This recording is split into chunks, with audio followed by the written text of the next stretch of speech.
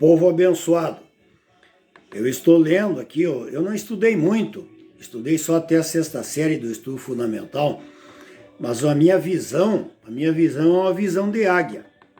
É muito ampla, muito grande, periférica, e enxergo mais além de onde os olhos alcançam.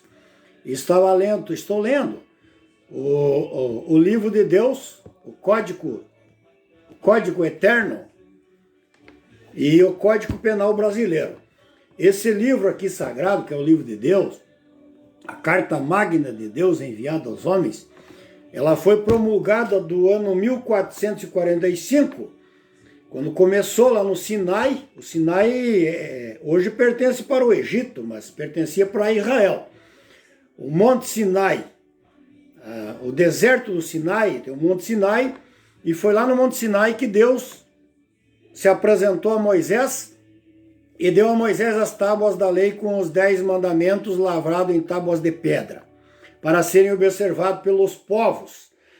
Então esse livro começou a ser escrito no ano 1445 e a sua conclusão foi do ano 90 ao ano 96 depois de Cristo, nossa era cristã.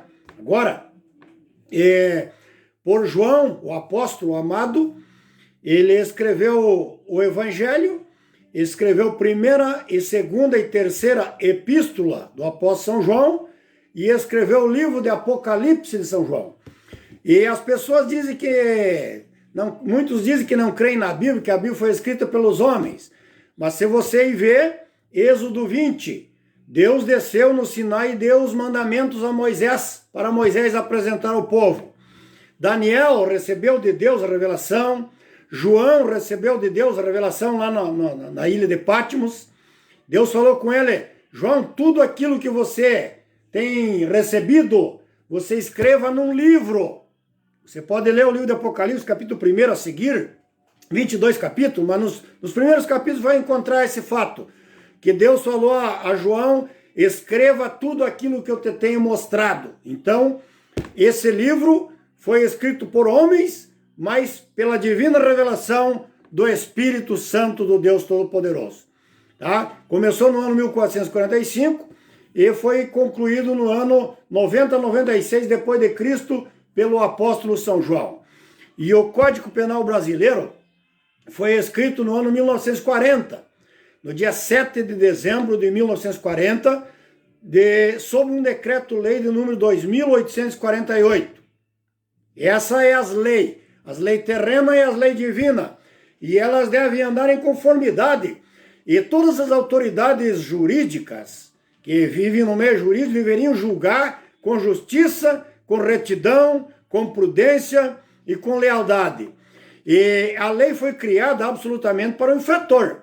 Então toda pessoa que comete uma infração, comete um delito conscientemente, sabendo que existe uma lei para o enquadrar, porque o artigo 1º do Código Penal, o artigo de número 1, ele diz assim que não existe crime se não existir uma lei anterior que defina esse ato, ou essa atitude, ou esse feito como crime. Então a pessoa, sabendo que existe a lei, ela deverá tomar essa consciência e não infringir a lei, porque se infringir a lei, vai sofrer as devidas consequências e com muita justiça, com muita verdade. Mas, lamentavelmente, em nosso país brasileiro, nós estamos caminhando em direção a um despenhadeiro, a um precipício. Nós estamos vivendo um período absolutamente de uma insegurança jurídica, de uma maneira extrema, muito grande, muito profunda. E as pessoas estão com medo até mesmo de expor a sua opinião. E nós, como líderes religiosos, nós estamos até usando de muita precaução para aplicar o livro de Deus, porque poderemos até mesmo sofrer alguma penalidade, alguma repressão, assim como os apóstolos no passado, nos tempos de Jesus. Jesus foi morto crucificado, Paulo foi decapitado, João Batista foi decapitado, Tiago morreu à espada, e Estevão morreu apedrejado, e Pedro morreu crucificado de cabeça para baixo.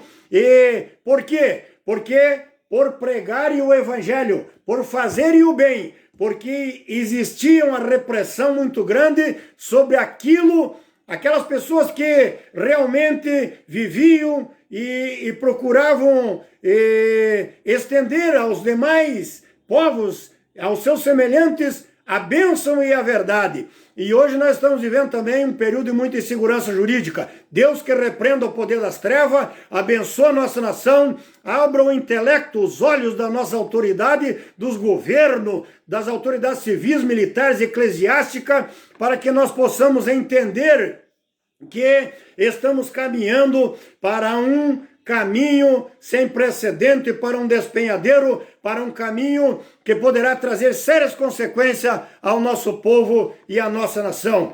Portanto, meu caríssimo e amado amigo, você que é um cidadão, observe a lei de Deus e a lei da terra, para não a infringi-la, porque você poderá ser julgado, condenado, penalizado por infringir uma lei.